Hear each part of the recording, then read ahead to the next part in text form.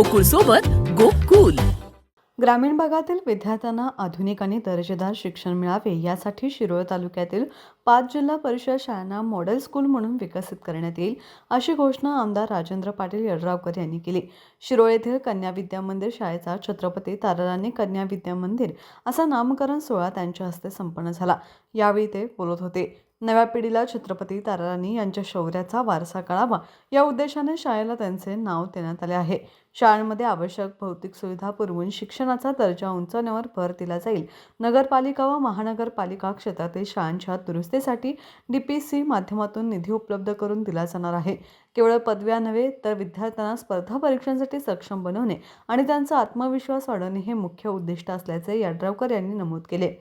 यावेळी PM श्री छत्रपती विद्यामंदिर शाळा क्रमांक 3 मधील खोल्यांचे उद्घाटनही करण्यात आले. तसेच नामवंत बॉडी बिल्डर महेश पाटील आणि क्रीडारत्न शाहरुख खलीफ यांचा विशेष सत्कार करण्यात आला.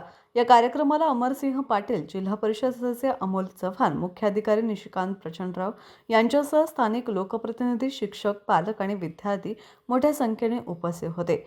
कार्यक्रमाचे प्रास्ताविक भगवान कोळी यांनी केले तर आभार बजरंग काळे यांनी मानले.